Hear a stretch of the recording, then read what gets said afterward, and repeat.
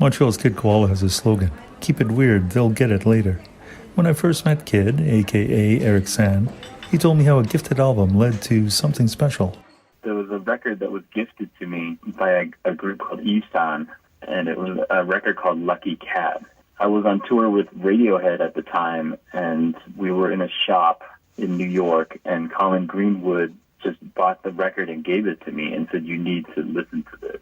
I put it on, and it really became my soundtrack, or at least my downtime soundtrack for the rest of the tour, whenever I was, on a plane or waiting, in transit somewhere, trying to get to the next gig, that was on my headphones. That started me on this path of searching out more ambient music, more contemporary, minimal, classical music, soundtrack work, soundtrack scores that also were able to get into that zone. And I think I accumulated over the last 15 years, like several crates of, well, I would call them quiet time records. Not necessarily music that demands all your attention all the time, but if you choose to listen to it on headphones or something, there is a lot of subtle layers. But I felt like I was accumulating a lot of this music, and I really love this music, and I was finishing a couple of graphic novels over the last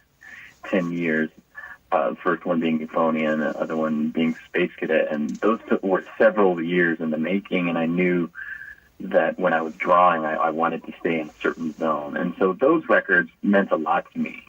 And I could never share them with people. That was a weird thing. So I spent all this money collecting all these records that I personally love to draw to. And I think in 2009 is when we started this event called Music to Draw To in Montreal. And it was just an experiment to see if we could host a night where I could play sets, like really long 5-hour sets of this kind of more ambient work music, and basically provide a environment for people to come bring whatever projects they're working on, writing, drawing, coding on their computers or whatever, and see if they wanted to come hang out and do this. And so that event actually became very popular. But it was one of those things where I realized that there was this other context to music that could be very enjoyable and maybe even useful.